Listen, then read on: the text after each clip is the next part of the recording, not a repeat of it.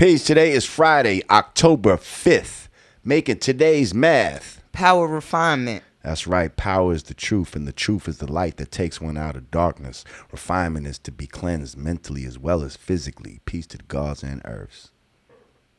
Peace. Welcome back to the Yanadameen Godcast. I'm Lord Jamar. And now I'm Digger. We got resident researcher Rage, Alex Stanton, and my man Cameron on the cameras right about now. We good. We back. We did a lot of Bill Cosby talking, but I think it's time to move on. Right. Now, when we left, you mentioned one of our beloved Lils. Little douchebag, what's his name? Lil Xan. Little Percocet. Little who? Lil Molly. Lil Lean. Lil Roxy. Lil Xan. Little Oxycontin. Last week was rushed to the emergency room, apparently from an overdose of Flaming Hot Cheetos.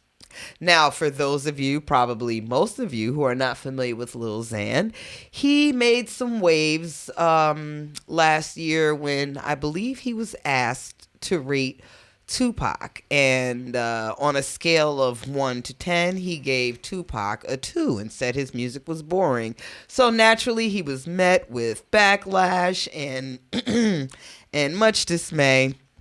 But do research. What is this Lil Xan kid? Is he white? He's white. He's white? He's totally white. Because he looks so drugged out that it's like, I'm not sure if he's like Mexican or some shit like that. No, he's white. Yeah, this little fuck. Okay. He kind of looks like, and he got one of those fucking faces that you like just want to fucking. Dog. He looks like he's got like the droopy eye. Oh. Like he looks like the droopy dog. Remember Droopy Dog back in the day? Yeah. What was his name? Droopy? I think he was droopy. And just droopy. And he just talk like. Yeah, he talk real slow. Yes. Yeah, he just got that kind of. I want to just. Yeah, he young boy. I think is he 20? Is he even 20 yet? I want to say he's still a teenager, but he might be 20, 21 by now. But anywho, yes. So he. Now, do 22. we believe this? 22? Do we believe? Oh, really? Is he 22? 22? Oh, wow. Do we believe that this little fucktard really OD'd on Flaming Hot Cheetos, or did he probably OD on Lil Xan's and then fucking told the people that it was Flaming Hot Cheetos to troll the people? Well, yeah. You know what? That's his story, and he's sticking to it. I tell you this, this generation is actually, like the excessive drug use and, the ODing and not dying, like that's cool to them. I mean, it's unfortunate that so many of them are actually succumbing and passing away, but I feel like if it really was drugs and he almost overdosed in that way, he would have no problem jumping on Instagram and bragging about it. Like, I had one too many Xan. Like, I feel like that's like kudos for them. Yeah, but this kind of makes people just talk about it. But the more. the Cheetos is like, who saw that coming? Nobody, because I swore you was gonna say some other shit. Flaming when you said Hot Lil Cheetos. Xan was rushed to the hospital, right there in my mind, I was just like, okay, this little motherfucker OD'd on, and I just wanted to hear what the drug was gonna be. Was it gonna be Xanax after his name? Was it gonna be one of these other drugs that are popular with these little motherfuckers? What did he OD on? And when you tell me Flaming Hot Cheetos, I was like, what kind of peanut butter and jelly shit? Flaming Hot Cheetos. This is bro. some crazy bullshit. And that's a hood staple. So I'm Frito-Lay has made a response to it. If y'all want to. Now I'm curious. Oh, let's hear the Frito-Lay clap back. Let's go. All right. So Frito-Lay, the parent company of Cheetos, says, "Quote: At Frito-Lay, we aim to delight our consumers, and food safety is always our number one priority." End quote. The company shares with Billboard Flamin Hot Cheetos meet all applicable food safety regulations as well as our rigorous quality standards. quality standards. What? For a Flamin' Hot Cheeto? They go on to say, that said, we realize some consumers may be more sensitive to spicy foods than other and may choose to moderate consumption or avoid spicier snacks due to personal preference. That sounds like a bunch of confusion. Let me translate that for you. That sounds like a bunch of that supremacist confusion you was talking about. Let me translate what they just said. Translation, eat at your own risk. I don't know what this motherfucking little bitch head is talking about. Right. Cheetos don't make you go to the hospital. If you eat too many, maybe the shits get too spicy and you could get a little stomach ache, but that ain't our fucking fault. End quote. That was just a quick, translation for these motherfuckers. Listen. P.S. Don't eat the family size bag, motherfucker. Stick to the 2 for $1 bag in the bodega, bitch. I mean, I like spicy food, but I like spicy real food. I'm not into some fresh chopped peppers. First of all, what was the hot fries back in the days with the dude? I like those. Wait a minute. News cap and all that. Wait. Andy's. Is that the name fries, of it? That was the cheddar fries and the hot fries. Hold up. Shouts out my girl Talaya. We some hot fries. Like when I first got up on those, I was like, all right, this is a novelty. But it was, but. They some I just bullshit. Never into that. Yeah, they some bullshit. Like all of that is some preservative filled bullshit. That if you fucking really OD on that shit, that's the type of shit that's gonna lead you to your grave sooner. Rather sooner than later. Yeah, that's diabetes, clogged arteries, all of that shit. All of it. As a kid, rock out. But no, don't rock out. Don't no. I know. You probably should ignore that.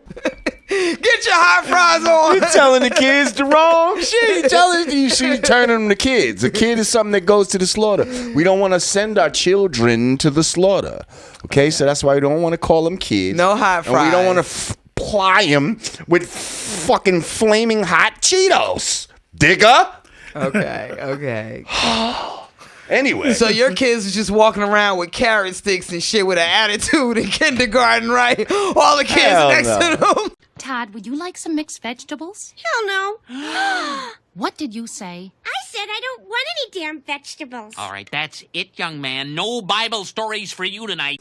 All the kids went to school with them eating Swedish fish and shit. No. They got fucking carrot sticks and polio string cheese. My children would be on some bullshit too. I try to, first of all, I try not to even have a bunch of crap in the crib. Right. You see what I'm saying? That's where it starts. That's definitely where it starts. But, some they bullshit gonna will go make its way into the crib, and when it does, they'll gravitate straight to the bullshit. Now you know what it is? They go to school and they see fucking Daquan with his fucking bag of Bon Ton barbecue chips, and now when it's time to go to the grocery store, you trying to be responsible parent, going to Whole Foods, getting your organic shit, and baby tugging on your coattail like, Mommy, can I have that?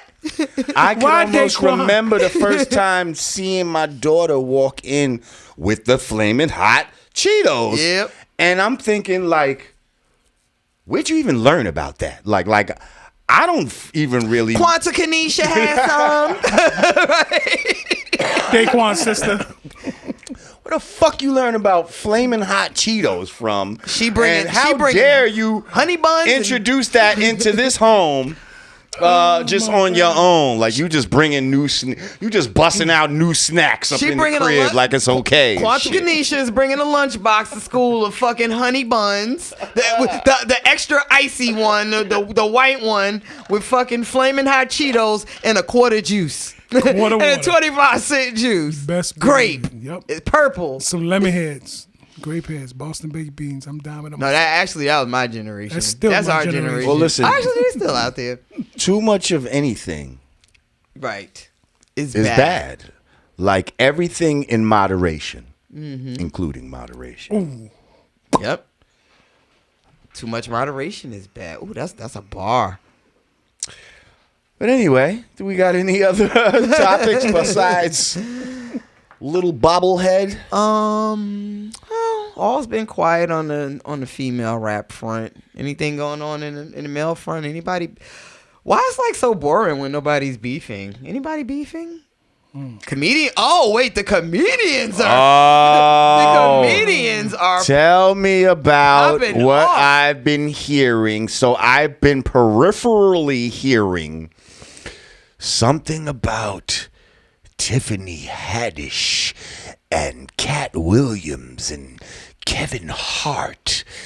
Do tell. Okay, so let me see.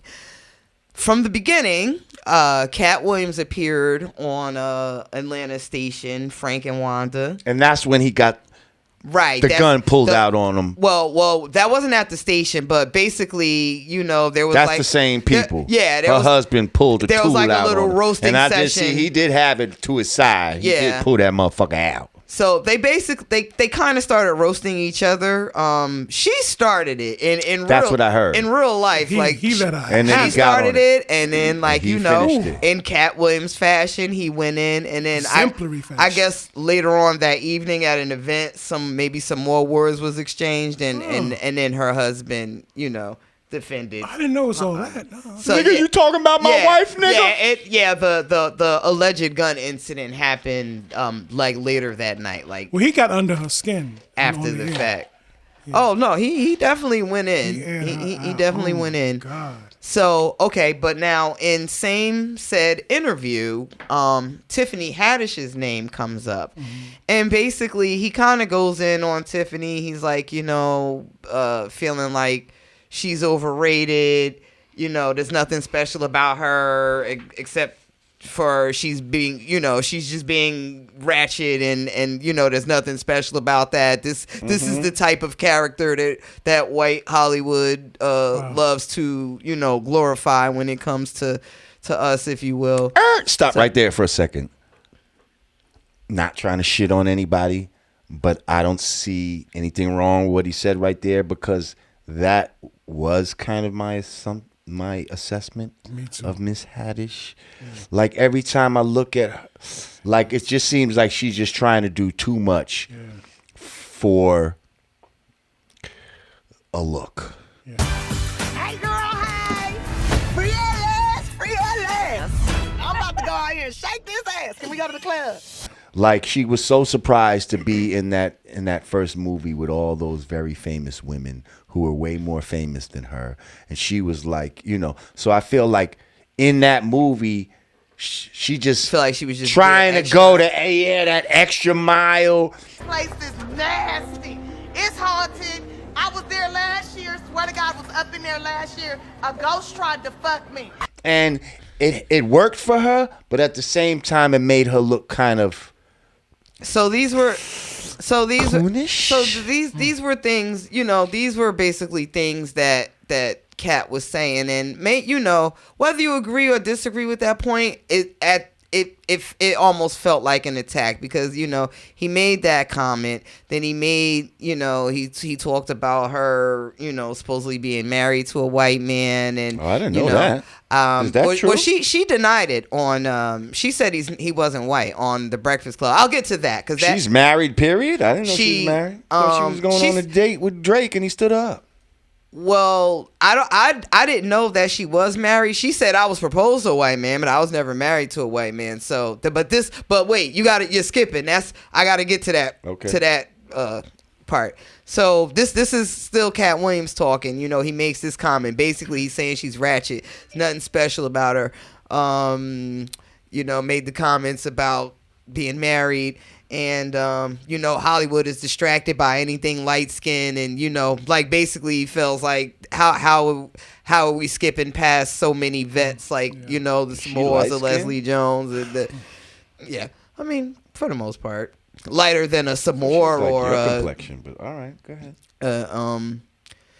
I mean, he just had a lot to say. He just had a whole lot to say, and with his delivery, it was a little condescending. It felt harsh. So now, fast forward To the Kevin Hart and Tiffany. he said some shit too. Oh yeah, that absolutely, I heard. absolutely. That sounded like some real shit too. So let's hear this. Now they are on the Breakfast Club, and basically he's just said, because Katt has been very, critical of Kevin as well. Mm-hmm. So I felt like in this moment he was defending himself and Tiffany. He's like, at the end of the day, this is a sister trying to get her shot. Like, how dare you attack her or tear her down when it's her moment? Like, you had your moment. You fucked your moment up. You continue to fuck your moments up. You chose drugs over. Exactly. Yep. Like, how dare you, you wasn't showing up for shit. And, I heard all of that. He did all that's real shit too. Right. He's like, in this business, like, everybody gets their shot. Like, you're supposed to be happy for the next one. When you had that opportunity, did you put the people under your umbrella on the way I'm putting, the way I'm putting her on? I would like to say this though, like, and I'm not defending either party, but what Katt Williams does do, and I think that people don't give enough like acknowledgement to, when he speaks, he almost speaks from the position of like a vanguard. In other words, I don't see that much personal vitriol. He's more or less saying, look, here's the state of affairs. Here are the images. Here's the back scene stuff that make it things that you see that is popular. And here's my position on that from that perspective. So it's almost an objective thing. It's just that he delivers it in a very vitriolic way that you say, oh, he's taking shots. But it's objective. Now, it would have... I could have rolled with it being objective if he didn't start talking about, and she's married to a white man. It's like now you're kind of... Like, now it moves from... Like, if you're talking statistical, because he did say some things like, you didn't... you made that... that character was written for you. Like, you didn't do the writing to make that character pop. Like when he starts talking statistics, and then there was some, I guess, dispute about how much his ticket sales are, and like they talked a lot about that. But when he was talking about, okay, you're not doing tours, you don't have a history of being telling jokes consecutively for an hour. Okay. When he's speaking in that tone, that's objective. I hear you. Now you're being objective. But when you start saying things like, well, you know how Hollywood is with light skinned women, like when like now it starts to sound biased. It starts to sound personal. It starts to sound. It almost dims whatever objective facts that you. So it's the cat sauce. Previously said. Yeah, it's the cat sauce. He put the cat sauce on it. But why though? Like I think that is almost trying to just show somebody their state of mind almost like. That might be something that people didn't know about her, and I think that's interesting to know. Wow. If that's true, you see, like. Well, you talk about the being married. Yes. Well, she denied it on the Breakfast Club. She denied it. Okay, and I'm just saying, but to bring it up, I don't think is necessarily a bad thing. I think it's just trying to let people know. That these are all mitigating factors to Absolutely. her. Like you want to know who the author is of a book. You understand what I'm saying? What are they about? What are their views and shit? Like a lot of people didn't know fucking Ghost from Power is married to a white woman and shit like that. For a lot of people, they're like, oh, word? Like, Ghost is married? Yeah, Ghost is married to a white woman. Like, and so if you thought something different about him, just take that tidbit of information and just know that you have to look into somebody's psyche now and say, okay, maybe I have to look at them. And it doesn't mean that you're looking at them in some sort of racist or discriminatory way. Facts. It's just, you have to just take that into consideration. Just like if somebody said, they like Coke over Pepsi or whatever the case may be. Well then, okay, I didn't know that. So now I'm going to either make sure that I have Pepsi when he's over or some shit like that. But you see what I'm saying? People's preferences and what they're into kind of matters. But see, now, if I'm going to take that into consideration, then I also want to take into consideration that this is a young black woman who lived in, who basically was raised through the foster care system. There's a whole... intensive struggle that she dealt with before she even got this, to this point in her career. The thing is though, look, and it's like whether you feel she deserves it or not, like she earned it. Like her fucking life. Like, has anyone? Yes, seen I've heard her story, and it is heartbreaking. And trust me, I'm happy for her. Like any glimmer of success and happiness, it's like, yes, bravo. right. But at the same time, right, you know,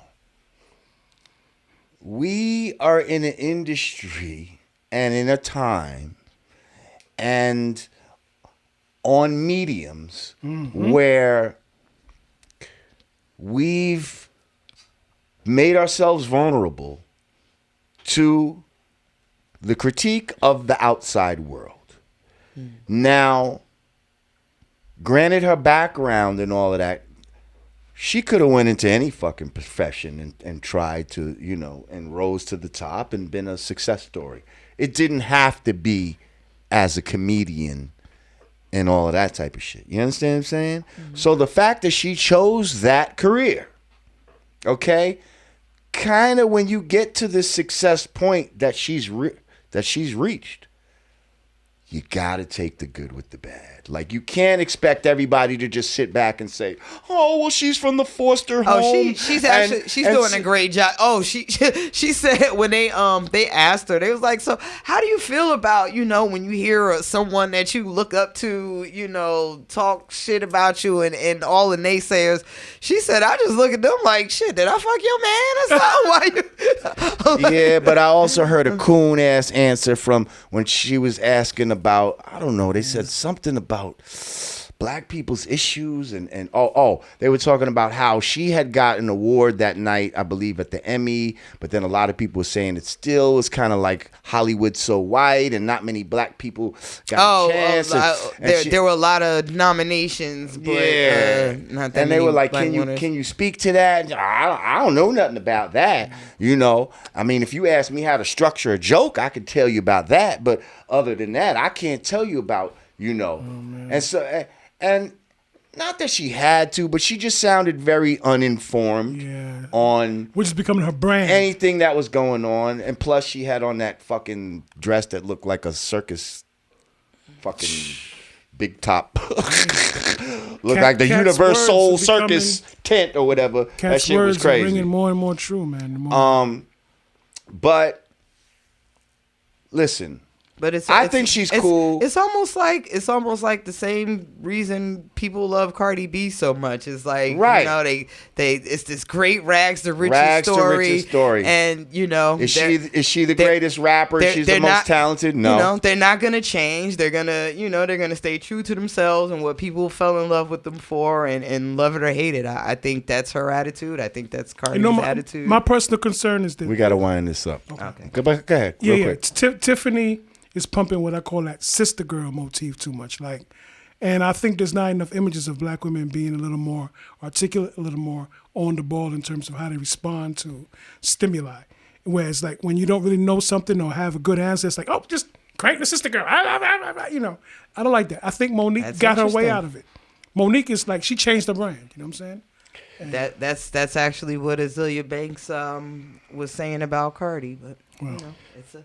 Well, listen, we appreciate everyone that donates to the Godcast. Yes. Shout out Queen Crash, Freddie Sharkey.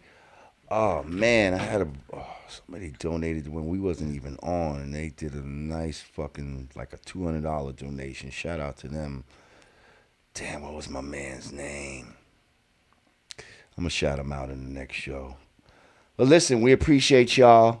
Y'all can still click that link. If y'all want to donate at home, go to cash.me/$Yanadameen, patreon.com/Yanadameen, or Yanadameen.com/support. We're getting ready to be out of here. We're running out of time. But once again, I'm Lord Jamar. And I'm Digga Digga. We appreciate y'all. Peace.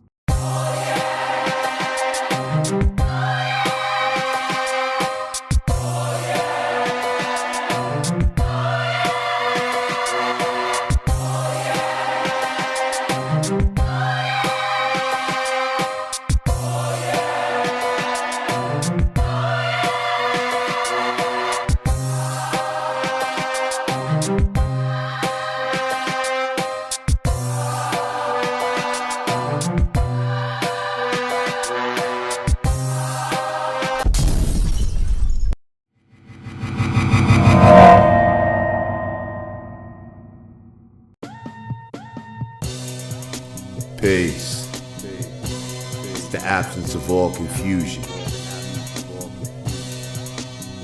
United we stand, divided we fall. 2 fingers together is the real peace sign, y'all. Brand Nubian peace gear. Hoodies. T-shirts. Snapbacks. Available at hoodcheat.com. Get yours today.